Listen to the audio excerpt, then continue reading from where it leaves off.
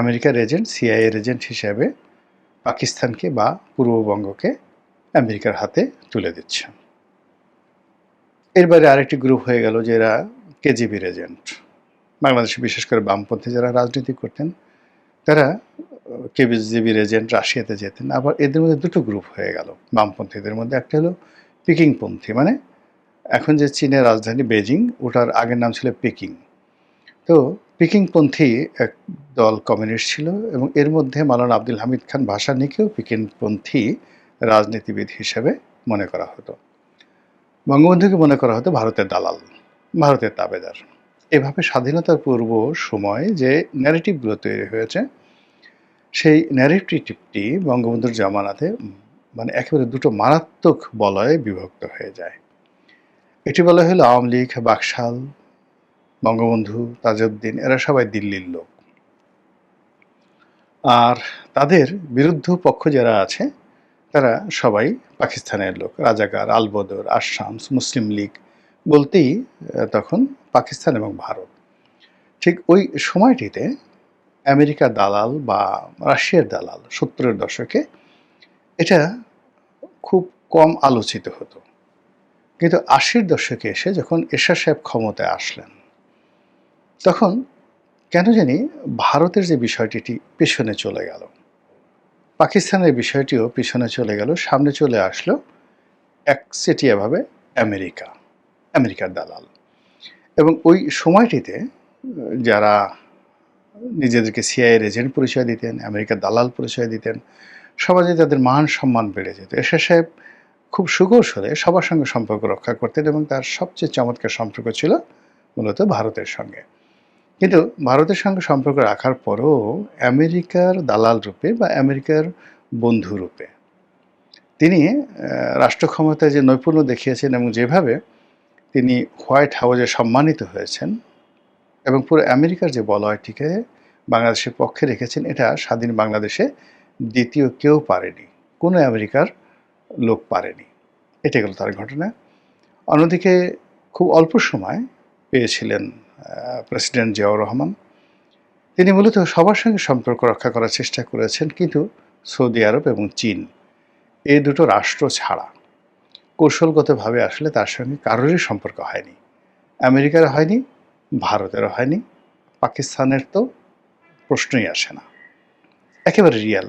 আওয়ামী লীগের লোক যাই বলুক না কেন, কিন্তু শহীদ প্রেসিডেন্ট জিয়াউর রহমান সাহেবের সঙ্গে পাকিস্তানের কোনো কালে কোনো সম্পর্ক ছিল না। তার মধ্যে তিনি যখন সেকেন্ড লেফটেন্যান্ট হিসেবে কমিশন পেলেন বা জেন্টলম্যান ক্যাডেট হিসেবে পাকিস্তান আর্মিতে ঢুকলেন, ঠিক তখন থেকে তার মধ্যে যে বাঙালি জাতীয়তাবাদ ছিল, তিনি পূর্ববঙ্গকে নিয়ে চিন্তা করতেন, স্বতন্ত্র একটা রাষ্ট্রকে নিয়ে চিন্তা করতেন এবং পাকিস্তানের কোনো কিছুকে তিনি পছন্দ করতেন না। এই ধ্রুব সত্যটি আওয়ামী লীগ যতদিন পর্যন্ত মানতে না পারবে এবং বিএনপি যতদিন পর্যন্ত এই জিনিসটা হৃদয়ঙ্গম করতে না পারবে, অর্থাৎ ততদিন পর্যন্ত বিএনপি রাজনীতি একটা শক্তিশালী ভিত্তির উপর দেওয়া হবে না। আশ্চর্য ব্যাপার হলো, আওয়ামী লীগ যেভাবে জিয়াউর রহমানকে গালাগালি করেন, যেভাবে তাকে আইএসআইয়ের এজেন্ট বলেন, যেভাবে তাকে বাইচান্স মুক্তিযোদ্ধা বলেন, বিএনপির অনেক লোক এখানে নীরব সমর্থন জানায়। অনেকে নীরব থাকে, অনেকে এটার বিরুদ্ধে একটা ন্যারেটিভ তৈরি করতে পারে না, কিংবা অনেকে পুরো ঘটনা জানে না এবং অনেকে জানে না কী করে এই ঘটনাটাকে মোকাবেলা করতে হয়। কিন্তু আমি যেটা বললাম, যদি কোনো মানুষ বিতর্ক করতে চায়, আমি তথ্য উপাত্ত প্রমাণসহ তার সঙ্গে এই বিষয়গুলো নিয়ে আলোচনা করে তাকে বুঝিয়ে দেওয়ার মতো সক্ষমতা ইনশাল্লাহ আমার আছে।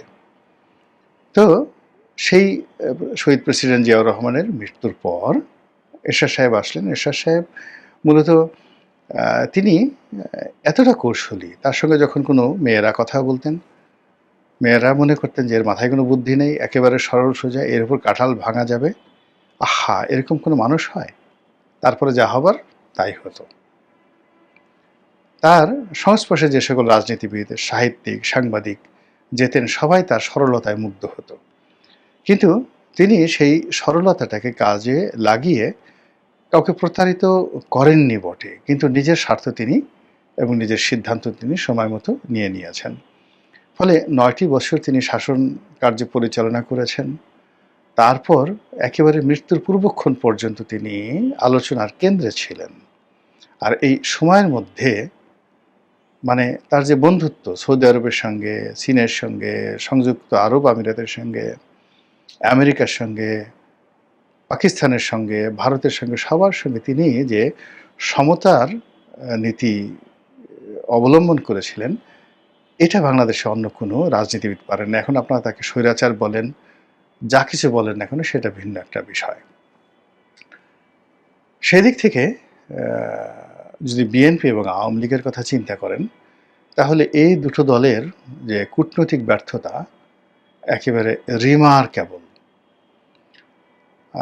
জিয়া রহমান পরবর্তী খালেদা জিয়ার সরকার, তারা সবার কাছ থেকে অবারিত সুযোগ পেয়েছে। সৌদি আরব থেকে পেয়েছে, চীন থেকে পেয়েছে, তারপর পাকিস্তান থেকে পেয়েছে, এমনকি ভারত থেকে পেয়েছে। কিন্তু কোনো একটি সম্পর্ককে তারা ম্যাটেরিয়ালাইজ করতে পারেনি, আপন করতে পারেনি। দ্বিতীয়ত আওয়ামী লীগ। আওয়ামী লীগের সঙ্গে কিন্তু Bharat, Imran Khan, Qatar, Saudi Arab, Mohammed bin Salman নিজে, America, Hillary Clinton, Joe Biden, তারপরে John Kerry, Barack Obama, Bill Clinton, doctor Muhammad Yunus, সবাই আওয়ামী লীগের সঙ্গে বন্ধুত্ব করতে চেয়েছে, কেউ শত্রুতা করতে চায়নি। দুর্ভাগ্য, আওয়ামী লীগ কারোর সঙ্গে বন্ধুত্ব করতে পারেনি, নট ইভেন ভারত। আওয়ামী লীগের কোনো অপশন নেই ভারত ছাড়া, আর ভারতের কোনো অপশন নেই আওয়ামী লীগ ছাড়া। এই জন্য তাদের মধ্যে একটা মানে সম্পর্ক হচ্ছে ঠিক অনেকটা ওইরকম যে আমরা ছোটোকালে শুনতাম যে ব্রাহ্মণ কন্যা নিচু বর্ণের কারোর সঙ্গে তার বিয়ে হয়েছে। তো বহু বছর, 20 বছর, 30 বছর ঘর করার পর যখন কেউ একজন তাকে খোঁটা দিয়েছে, ওই মহিলাকে, যে তুমি ব্রাহ্মণের কন্যা, এরকম একজন সাহা, দেবনাথ, এরকম একজন পুরুষের সঙ্গে তুমি ঘর করলা, তোমার কি লজ্জা শরম হলো না? তো সে বলল যে ঘর করেছি তাতে কি হয়েছে, ওকে তো কোনোদিন হেসেলে ঢুকতে দেয়নি, মানে ওকে তো কখনো রান্নাঘরে ঢুকতে দেয়নি।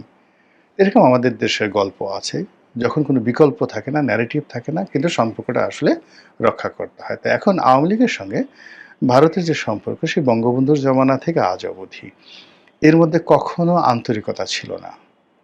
এর পুরোটাই একে অপরকে ব্যবহার করার, একে অপরের নিকট থেকে স্বার্থ হাসিল করার একটা উদ্দেশ্য। এইভাবে কিন্তু আমাদের পুরো পররাষ্ট্রনীতি, অর্থনীতি, রাজনীতি, বৈদেশিক নীতি, এই যে দেশগুলো রয়েছে তাদের সঙ্গে সেইভাবে চলছে। কৌশলগত যেভাবে পাকিস্তানের কৌশলগত অনেকগুলো বন্ধু রয়েছে, যেমন সৌদি আরবিয়া, চীন, আমেরিকা। ভারতের সঙ্গে কৌশলগত সম্পর্ক রয়েছে রাশিয়ার, কৌশলগত সম্পর্ক রয়েছে সৌদি আরবিয়ার, কৌশলগত সম্পর্ক আছে মোসাদ মানে ইসরায়েলের। এরকম কোনো সম্পর্ক আমাদের কোনো রাষ্ট্রের সঙ্গে নেই। তো তারপরেও ওই যে আছে না যে কিছু পরিবেশ পরিস্থিতি, বিকল্প অবস্থা না থাকার কারণে কিছু সম্পর্ক থেকে যায়। তো সেই দিক থেকে শেখ হাসিনার সঙ্গে ভারতের সম্পর্ক, নরেন্দ্র মোদীর সঙ্গে তার ভাই বোনের সম্পর্ক, এখন হাজার হাজার আওয়ামী লীগের নেতাকর্মী ভারতে আছে, মানে আওয়ামী লীগের মাথার উপর ভারত আছে। বাংলাদেশ থেকে পালিয়ে অ্যাট লিস্ট তারা ভারত যেতে পারবে সীমান্ত পাড়ি দিয়ে, এরকম একটা ন্যারেটিভ আছে। এবং ভারত আওয়ামী লীগের মুরব্বী, এটা আপনি অস্বীকার করতে পারবেন না। ওই সম্পর্ক ওই হেসেলের মতোই, কিন্তু সম্পর্কটা রয়ে গেছে। দ্বিতীয় যে বিষয়টি রয়েছে সেটা হলো জামাত।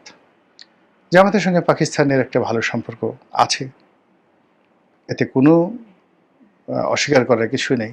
তুরস্কের সাথে একটা ভালো সম্পর্ক আছে। সৌদি আরবের সাথে তাদের সম্পর্ক না থাকলেও, মানে সৌদি আরবে জামাতের যত লোকজন কাজকর্ম করেন এবং সেখানে ব্যবসা বাণিজ্য থেকে শুরু করে সরকারি কর্ম, এমনকি অফিস আদালতে জামাতের যে লোকজন আছে, ইচ্ছে করলে তারা সৌদি আরবে কূটনৈতিক চ্যানেলে অনেক কিছু করতে পারে। এটা হলো বাস্তবতা।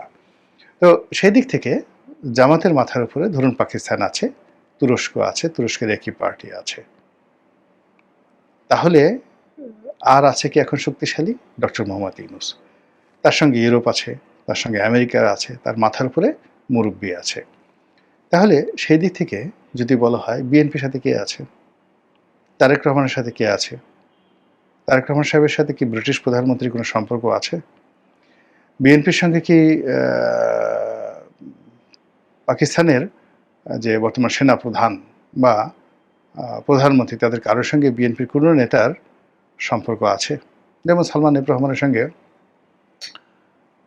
এর আগে, অর্থাৎ যখন আসিফ আলী জারদারি ছিলেন, তখন এক ভদ্রলোক প্রেসিডেন্ট হয়েছিলেন, তখন তার সঙ্গে সালমান এফ রহমানের বন্ধু ছিল, তুইতুকারি বন্ধু ছিল। এবং আমরা দেখেছি যে ওই সময়টাতে সালমান এফ রহমান, তারপরে সেই পাকিস্তানের রাষ্ট্রপতি এবং বাংলাদেশের রাষ্ট্রপতি, তারা একসাথে উমরা পালন করেছেন।